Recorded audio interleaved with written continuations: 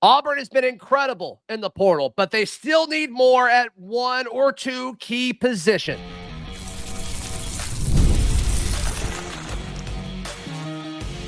You are Locked On Auburn, your daily podcast on the Auburn Tigers. Part of the Locked On Podcast Network, your team every day. Yes, welcome on into Locked On Auburn, your daily Auburn Tigers podcast. I'm your host, Zac Blackerby, and thank you so much for making Locked On Auburn your first listen every single day. Joining me today is the Brad Law, co-host of Village Vice, as well as, what is your role at the Auburn Sports Radio Network? GOAT? Legend? No, those are reserved for Andy. Director of Broadcast Operations. There we go. We go. Andy's the one who gets to say milkshake for Jackson. That's right. Hey, we're going to jump into Auburn basketball conversation, as well as, what's been the biggest jump positionally during this transfer portal window. Brad, they've done an incredible job. This coaching staff has done an incredible job during the transfer portal window. But to me, like, the defensive line, they've got to add more guys than they currently have. Yeah, for sure. They've done a lot of retooling of the offense. They've almost completely remade the offense. You could argue that they have. It's a full facelift. They've added players at every single position. Yeah, they have. And at a lot of them, they've added multiple players at two receivers, a running back, two quarterbacks, two tackles, probably two tight ends when it's all said and done. Yeah, sure. So completely remaking the offensive side of the ball. Defensively, though, Dallas Walker IV is the only lineman that's been added via the portal so far. I think you have to get one more. You have, 4 or 5 outgoing interior defensive linemen. Mm-hmm. So you're going to have to add 1 or 2, maybe more during the portal season. So now what is interesting is there's still a fair amount of time left. Yeah. Because you still have teams that are a reminder of the way that the portal works is you have 5 days after your last game. And there's still a lot of bowl games, still a lot of playoff games that are happening. So there's time, and I think you got to start on the defensive line. Yeah, and there's been speculation is Auburn waiting for certain teams' seasons to end that are in the college football playoff, or maybe guys who want to play in their respective teams' bowl games? That's fine too. You're kind of running out of those, but we could see more of that happen. But it is tricky because since everything in college football athletics doesn't really operate on an athletics calendar, it operates on an academic calendar. Yeah. They still have to be enrolled by the time spring semester starts at Auburn. So it is tricky, the timing. That's what so many coaches are kind of being outspoken about and saying that it's not what's currently happening isn't working and all of that. So I do wonder, like, if certain teams keep winning and maybe they've got a guy targeted or something, like, what do you do? Like, you're rolling the dice at some point. You're kind of hoping they lose in the playoff. If you're targeting playoff guys, you can't really afford for that thing to go all the way to the championship. So, and it's also like you can't say we're definitely going. You can hope for a guy. It's almost like the NFL draft, though. You've got to have multiple targets. You have to have multiple plans, because if a guy in the draft is taken before your spot, then you got to have a backup plan. Yeah. This way, it kind of works in reverse. You're waiting on a guy who may or may not be available at the time when you could get him in school. So it's a reverse NFL draft. Yeah, and you're almost hoping they opt into free agency, right? Which is what this is. When you enter the portal, you're opting into free agency. And there's just so many things you can't control. You can hope, and you've got players that talk to each other, and high school coaches that talk to each other, then have relationships with the head coaches at the college level and all of that. Like, so you probably have a good idea of what certain guys' plans are, but until they actually do it, you can't actually communicate with them. It's insane. But yeah, to me, defensive line, I think you need at least 2 more. I think you need at least 2 more defensive linemen. And I'm okay going young at this position to some extent, but like you need bodies at this point. Yeah, you need at least a couple of guys who have experience and, help fill out the class. And even when we talk about 4 quarterbacks for running practice, you need a certain number of bodies to rotate in and out on the defensive line in practice. I mean, there's a minimum you're going to need on your roster for all situations. But yeah, for games, you're going to need 5-6 interior D linemen to rotate out during a game. You're just not there yet. You're not there yet. And there is some flexibility with some of the guys that you have on the outside, like Keldrick Falk can scoot inside if you need him to. Sure. Morris Williams, if you want to put both of those guys on the field at the same time, you can play around with their alignments. But as a whole, you're going to need to figure out how you're going to rotate some of these guys, because right now an injury to either room, whether it's edge or D line, it'd be brutal, and that's going to happen. It's on the line of scrimmage. Yeah. I also wonder, Auburn has had some really high quality JUCO defensive linemen in the past, and particularly with the latest ruling about JUCO eligibility. I wonder if there are some guys there that you might take a look at that, you could have for more than 1 year. Yeah. That are coming from the JUCO ranks. Yeah, that's interesting. And there's a JUCO guy that we saw more and more at Chunks last year with Bobby Jamison Travis. We're probably not talking about him enough as we should be. So we'll see. Is there a position group outside of defensive line, Brad, where you're like, hey, I would like Auburn to add another one of these guys? Yeah, I think linebacker, because they've only added one so far. Xavier Atkins is the only guy out of the portal at that position. There are some names out there. I think the Oklahoma State guy whose name escapes me right now. Daniels. Okay. He's an interesting guy. Again, that's a position where you have a lot of young talent, and we expect to see DeMarcus Riddick more. We expect to see more DJ Barber. And there's plenty of talent coming in at that position. I think there's a spot Kendall for Daniels. Is that who you're talking about? Yes. Yeah. Okay. Unless he's already going somewhere else. It doesn't look like it. I don't think he probably announced on Christmas Day, so I think we're good there. Yeah, I think you need more than one body there. You love your youth, and you love the talent of your youth. Sure. But we saw the impact that Dorian Mausi made last year. Not that you're going to clone guys from year to year, but boy, experience plays a role at that position. But don't you think guys like Dorian Mausi, there's a lot of those guys. They're not NFL players. They're solid college players that played at either a group of 5 school or, I don't want to, Duke's actually a solid football team now, but just a guy who maybe hasn't been in the SEC. Yeah. And he's got 1,000 snaps to his name, and he wants to move and take a shot at the SEC or the Big Ten, one of the big 2 conferences in college football. I just feel like there's a lot of those guys. And I thought Auburn had that with the Phoenix Jackson guy from Fresno State, and he went elsewhere. So I just can't imagine it's too hard to find a guy like that, Brad. No, that's a good point. And this is not to disparage Fanaje Gote, but his role was different from Dorian Mausi. Gote came from Maryland. Mausi came from Duke. Schools, that's not even a group of 5. Those are power conference schools. Sure. If you got a guy out of the portal that in 2025 gave you somewhere between Fanaje Gote and Dorian Mausi productivity, wouldn't that be worth it? Wouldn't you take that on your team? Mm-hmm. Yeah, I think so. Yeah, I think so. Which position group has taken the biggest step from maybe being questionable to position of strength? Or is there one this transfer portal window? I think you can make the argument for a few. Brad, okay. Let's jump into that in just a moment. Right here on Locked On Auburn. Today's show brought to you by our friends at Rocket Money. Brad, can you imagine having multiple subscriptions and just not even realizing it? Not even realizing what you're paying $5, $6, $7, $8, $9 a month for over and over and over again. My dad had a phrase for that growing up in Piedmont, Alabama. He called it money up a wild hogs. Well, nice. Well, you get it. Got it. And Rocket Money keeps you from sending that money anywhere near a wild hog. That hog. That's right. Yeah. That's right. Hey, you can cancel your unwanted subscriptions and reach your financial goals faster with Rocket Money. Go to rocketmoney.com/lockedon today. That's rocketmoney.com/lockedon, rocketmoney.com/lockedon. Brad Law, the director of Being the GOAT over at the Auburn Sports Radio Network. Also, check out our show. We do a show together, 3-4 times a week. Sure. Called Village Vice. Go over to the Barn Auburn's YouTube channel and check us out over there. I think it's fun.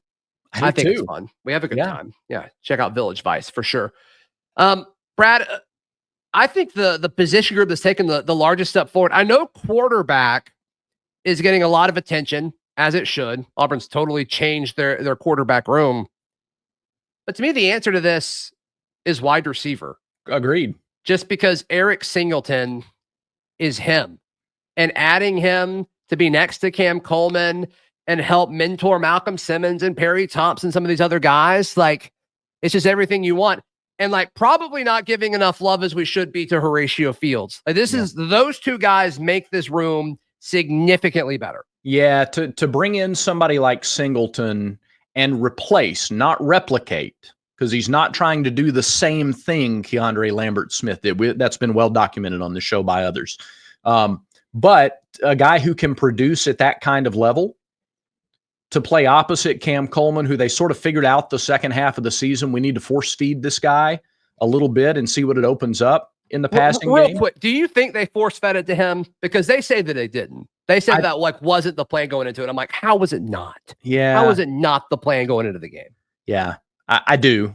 Yeah. I think there finally came a point where they said, we've got to get him the ball more than he's getting it. I mean, look, first half of the year, second half of the year, the targets are different. Yeah, it's not even close. Right. So, and I guess like how much of that is freshmen just coming out, like first games at like post high school versus acclimating to the game, but it certainly seemed more intentional those last few games. And that's not a negative thing.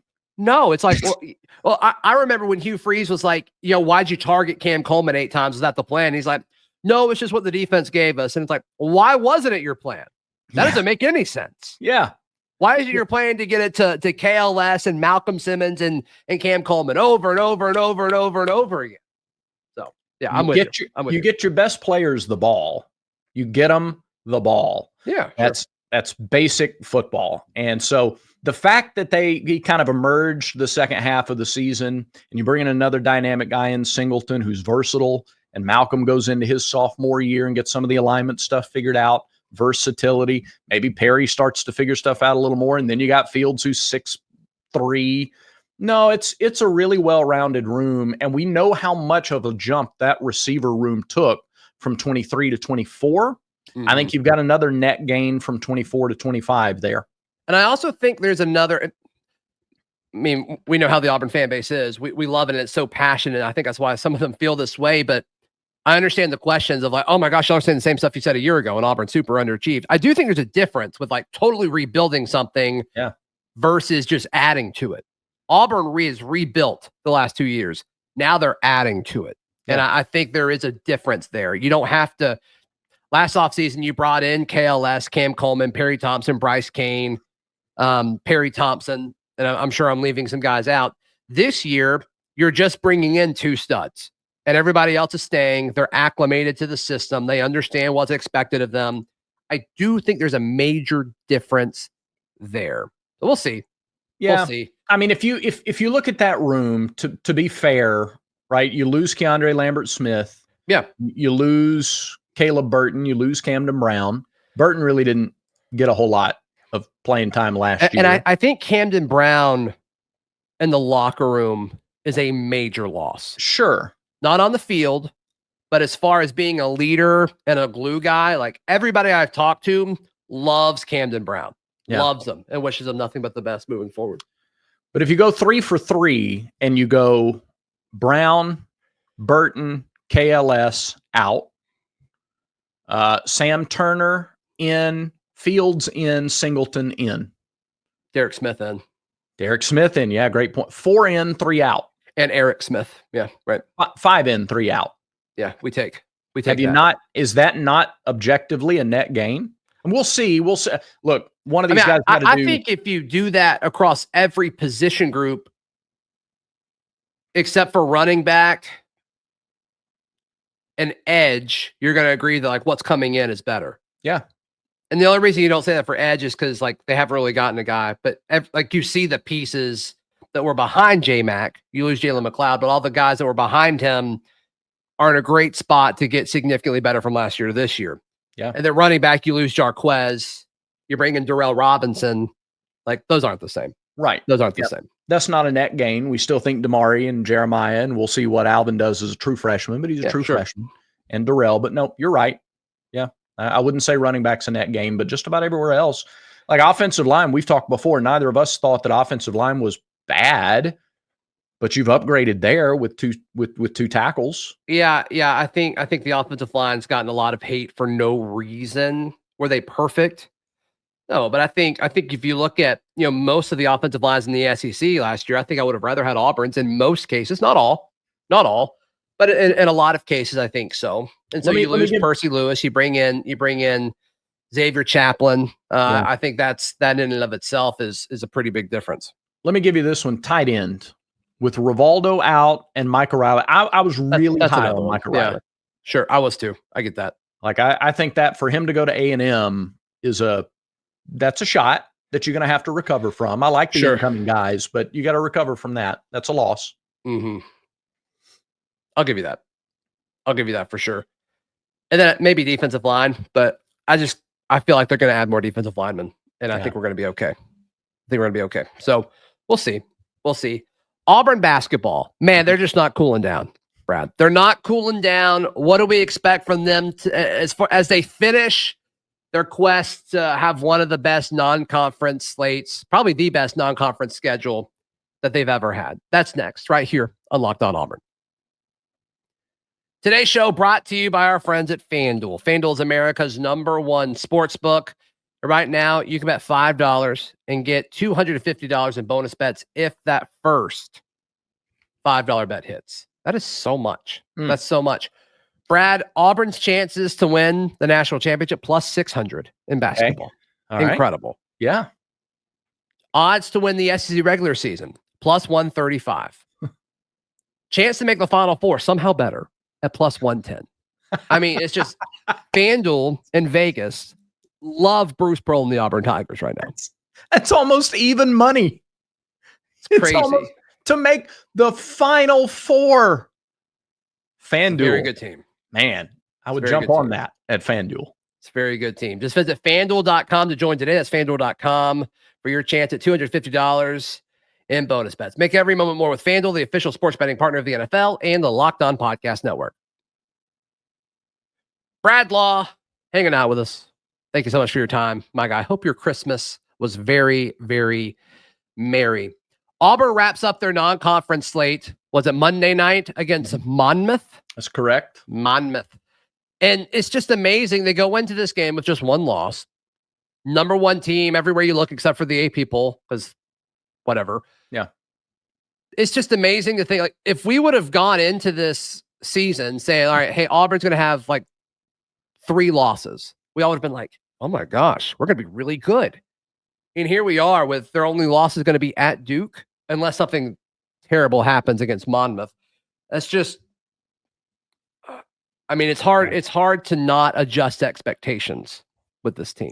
No, you're right. And it's almost reckless to expect a Final Four because it's so hard because of matchups. So tough. That's what it is. Yeah. But I'll tell you, the most impressive, we haven't talked since the Purdue game or about the Purdue game. Sure. The fact that Janai played, first of all, is kind of a, like, medically, like purely logistically, you're either cleared or you're not cleared.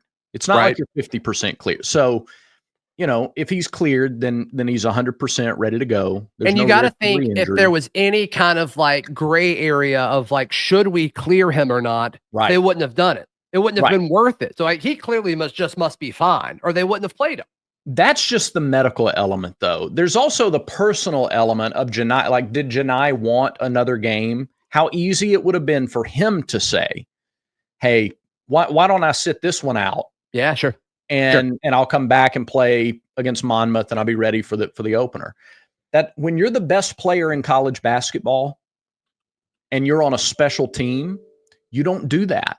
You want to play. You want to lead. That's how you get to the level that Janai has reached. And that was the most impressive thing to me about that game. Auburn didn't need Janai. So many other guys played outstanding. It was maybe Tahad Pettiford's best game so far.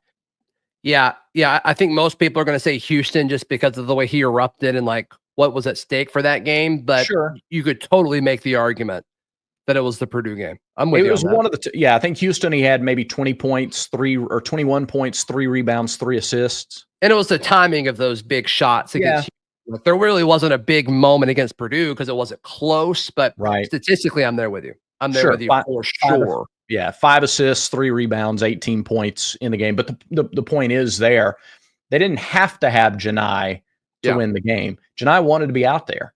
He had the opportunity. He was cleared. He said, I'm playing. And they're steamrolling these good teams. They're just a wrecking machine. They're a relentless 40-minute wrecking machine. Yeah, and they just throw so much at you. Size, the ability to shoot from, and score from anywhere on the floor. And then defensively, like, I think that's kind of the thing that we're not talking about. Purdue's a decent team.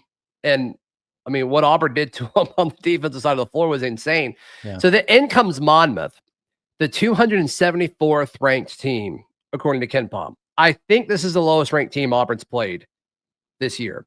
They're 2-10 against a mass schedule. Yeah. Like, this should be a prime opportunity to get some of your guys depth. Yeah. And get more rest to some of your starters if they want to go that route. This squad doesn't really want to seem to go that route, which I'm fine with, whatever. Yeah. But this is I think this would be a really cool opportunity to kind of put an exclamation mark on probably the best non-conference Auburn basketball's ever had. Yeah, without a doubt. You can't even play the game. Like, to go back now, it would seem silly to go play the would you take it game, because that's fun to do. If you say before the season you got 14 non-conference games. Yeah.